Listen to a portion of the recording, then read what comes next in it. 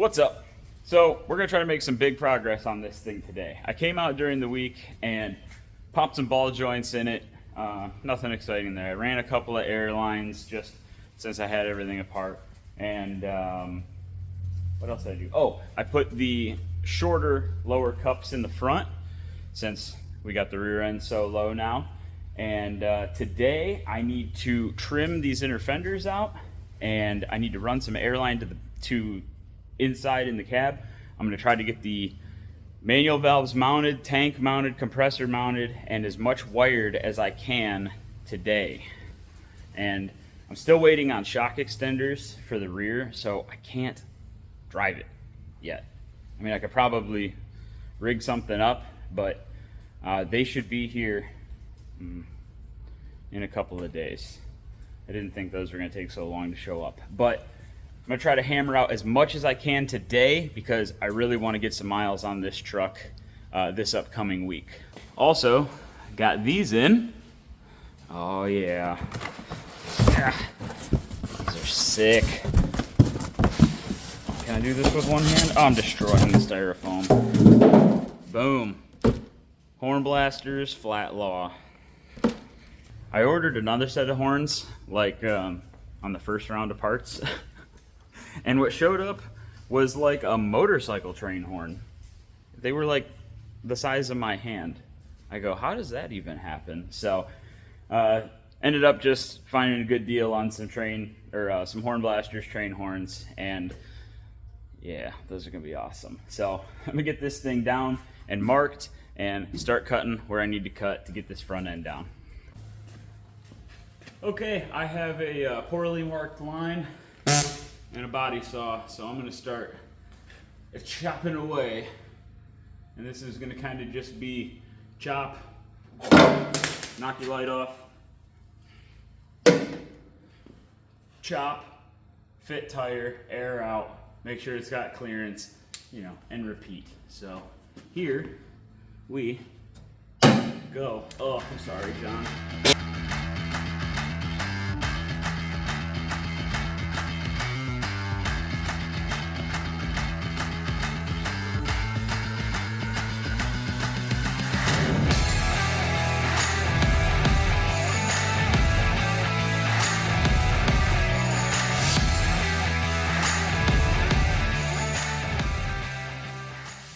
Now, we're going to be a little bit smart. Instead of running the lift up and down 750 times, we're just going to use a jack to tell us if we've got enough clearance.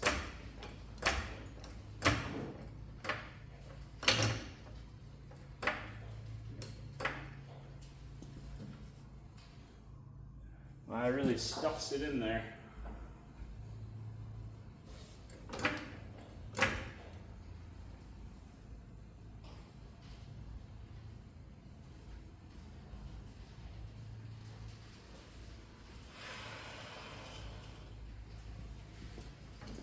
Yep.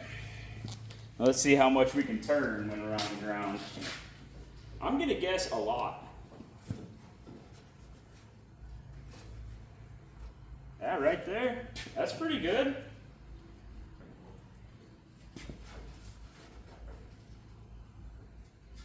And right there. Cool. All right. Plenty of clearance.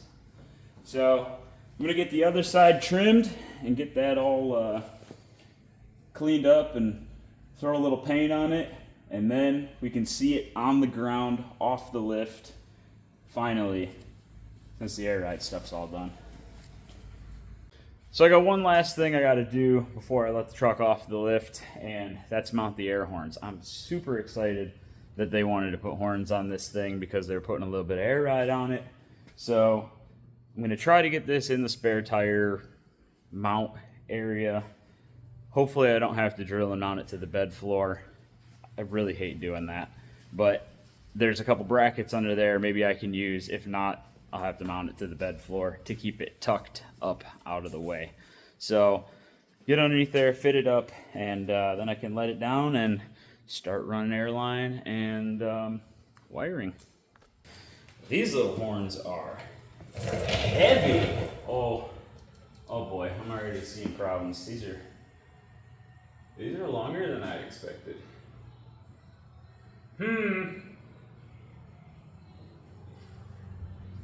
Well, that's pretty bad when I'm 3 seconds into it. I already got some problems.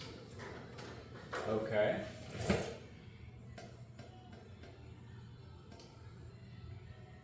Oh, that would fit perfect right there. Ugh. Ugh, those bells are attached. And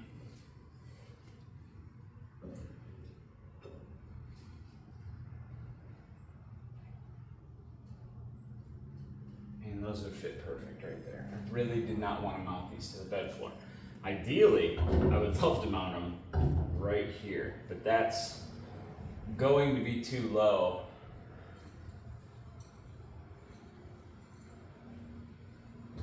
Maybe I should have gone with the smaller horns. Nonsense. Huh. Well, this bracket's... that's riveted in. So I'm gonna have to cut that out. This side's got a bolt.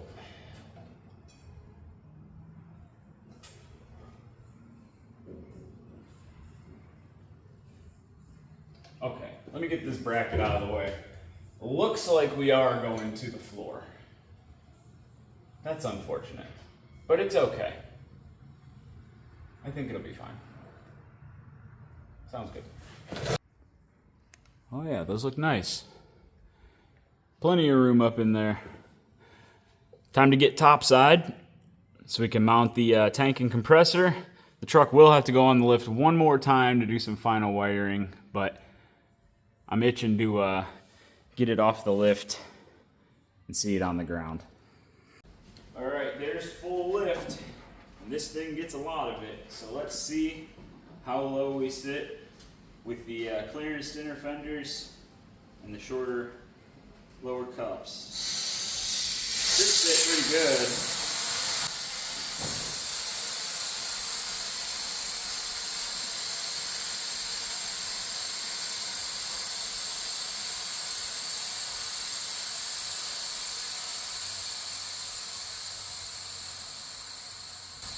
Oh yeah, that looks nice.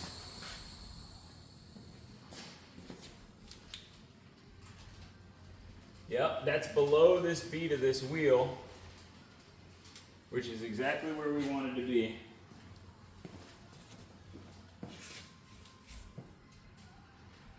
Still a little bit of clearance for the crossmember against the ground. Ooh, where's the exhaust at? Oh, that's perfect. The exhaust is about 1 inch off the ground too. So even at its lowest, it still has plenty of ground clearance to move around. Sweet. Cool, that's sitting perfectly. So now everything on the top side needs to be handled. Stupid me, forgot to hook the battery cables back up underneath. This has got, you know, the battery in the bed. So we got to figure out our layout for air tank and compressor, kind of have it where I think it's going to go, and then I start wiring. Ooh, exciting. This is pretty much how this is all going to end up. So I'm going to put some fittings in that tank and get that stuff centered up and some holes drilled. This is a little hard to see, but this is basically how this is all going to mount. So this will close, maybe. There we are. And this is going to mount right under the ashtray. Perfect. Compressor switch. Beep beep. Horn button. Dual manual paddles. And each orange gauge, each orange needle in these gauges will be a bag. The black needles will be the tank pressure. So get that mounted, get that tank in the back mounted, and start running wires. So I'm going to get all the fittings and stuff in the tank before I mount it, because I'm pretty much just going to set it in place, mark the holes, drill the holes, drop the bolts through. And it's gonna sit there until I can get back underneath the truck to put nuts on it and tighten it down. So, air ride. It's very important to seal all your fittings, obviously. And don't use Teflon tape. Thread seal. Teflon tape is bad. It gets all in your air system, it'll plug your valves. It naturally tears apart as you tighten it. This is manual valves, not such a big deal, but if you have solenoid valves, you can absolutely plug them things and they'll stick open or closed, both of which is bad. So, hopefully everything is 3/8, it is.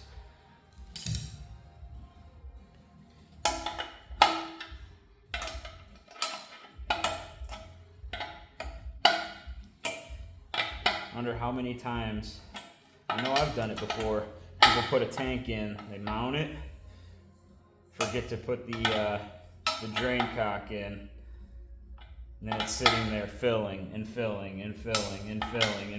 it never builds enough pressure to hiss. It just never builds pressure. And then you're like, oh my God, there's a problem. There's not. So these higher quality fittings are gonna come with a thread seal on them anyway. So I think how we're gonna do it is the 2 gauge leads and the bag leads are gonna go there. The 90-degree for the compressor is gonna go there, and our pressure switch is gonna go right there. So, boom. So I spent the last couple hours just wiring stuff. Sure is boring. I'll tell you what, doing clean wiring is just so tedious, but I guess it saves it from looking like a rat's nest. So the compressor's ready to fire, I think. I don't have the pressure switch wired in. Obviously the rocker switch on the dash isn't wired in yet, but I should be able to flip this circuit breaker and jump this solenoid over here and fire the compressor. So let's give it a shot. Got a 100 amp circuit breaker. That's really overkill, but it's gonna be more as just like a safety shut off for if they ever wanna just make sure the compressors don't turn on. So, positive post on the solenoid. There it is. Perfect. Okay, so like I said, that will run from the fuse box through the switch, the rocker switch, and then it's gonna run up through the pressure switch here on the back of the tank, and then that is going to be what fires the air compressor. So it'll have multiple safeties and shutoffs. It'll have a rocker switch. It'll be key ignition power only. It'll have a rocker switch and a pressure switch, and the whole thing is on a circuit breaker just because. Redundancy. Redundancy is key. So I'm done for the night. I'm bored, and I'm waiting for the little dash bezel to dry. I painted it. So tomorrow I'll get that put back together and run the wires for the switches and run the wires for the horn and run some air lines. And tomorrow I should be able to go up and down the driveway. Like I said, I'm waiting for shock extenders to show up. Hopefully Monday they show up so I can drive this truck this week. So see you tomorrow. Okay, I spent all day fiddle farting around and getting out to the shop late. Probably not going to get too much done, but I did want to get the little air management panel assembled and in the truck tonight. So take a look at this. Look how nice that looks. I know it's a little chaotic, but it's actually very simple. We got feeder line in to the switch, back to the needle side of the gauge, and then it's going to go out to the bag. And that's the same for both. And then these are just my powers and grounds to the fuse box. And this is my horn power and my compressor power. Well, relay power. So nice and simple, and hopefully hidden under the dash. I would hate to see all of that, but It should tuck up there nice. So this is all mounted now, and it should be, if I hit the key, yep, those lights come on, because this is all on ignition power. And these lights, these switches will light up when you press them. Maybe I'll change the horn so the horn button's always on, but that's just switching some wires around on the back. But you should be able to hook up here, and here's our 12 volts going out. 11.4 because the battery's a little weak, but and then our horn button is going to be a momentary.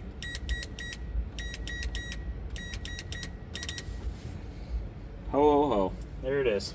So now I just have to run these two wires out to their respective commands, and yeah, there I should be buttoned up. Oh, I've already run the two feed lines out through the firewall as well, so those have to go under the truck to the tank. But this thing should be ready to air up. I don't know how much more I'll do tonight, but definitely have it buttoned up tomorrow night, if not tonight. And hopefully those shock extenders show up tomorrow. So it is very late the next day. It's actually almost even the next day. I don't even know what time it is, 11:30 or something like that. I don't know. So I think I have all of the wiring done. I still have to do some wiring care and loom some stuff, but I think I have everything wired. So I won't be able to test the air horns. Ooh, maybe I'll test them before. I'll just test the solenoid to make sure it works. And yeah, let's see if the compressor will kick on. I don't know if I'm going to let it build all of its maybe I am going to let it build all of its pressure, air the bags up, and see if they hold until tomorrow night when I get off of work. So here we go. Ground on. Circuit breaker. Nothing's fizzling or melting yet. Key on. All right, fuel pump. Let's listen for a solenoid. All right, solenoid is clicking. Let's see about compressor. And there it goes.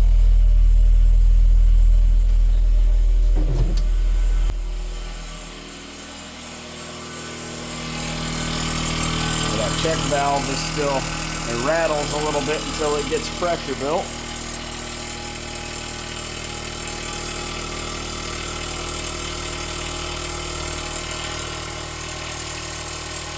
I'm gonna let that build air pressure. Probably throw a jump box on it, and because I think the battery's a little bit low. So actually, I'm gonna kill that compressor real quick. I'm gonna air this, let it air up, and then I'm gonna air up the bags. Lift.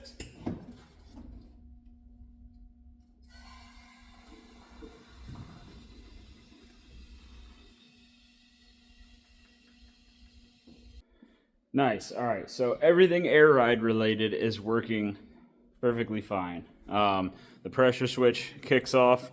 That little compressor was humming there, trying to get up to 200 psi. That's a lot of air system for a single Viair 480. So, yeah, it probably won't last forever, but at least it'll last for now. Probably have to upgrade to like a 444 or maybe dual 480s down the road. But we'll see how it works out. So I'm going to let this thing sit overnight, and tomorrow I'm going to come out and do plugs and wires and the oil change, whatever else I got to do while it's on the lift. So I'm going to let this thing sit aired up overnight and see if I have any leaks. So yeah, see you tomorrow. Next day, and it's road test time. Unfortunately, I can't bring you guys along with me because, fall is upon us in Ohio, and it seems like it gets dark at noon. So I'm going to run this thing to the gas station tonight, and I don't know, 10 or 15 miles, and then I'm going to be driving it the rest of the week. Hopefully I can get some video rolling in the day, but you know, it's dark on my drive to work, and it's dark on my drive home. So I don't know how much video I'll actually be able to snag of this thing in the daylight, but you know, I'm really not expecting too much excitement. This was a pretty tidy little job. Yeah, I'm just going to kind of cruise it around for the next couple days until the customer comes and picks it up, and then we move on to the next project. So thanks for watching. See you next time.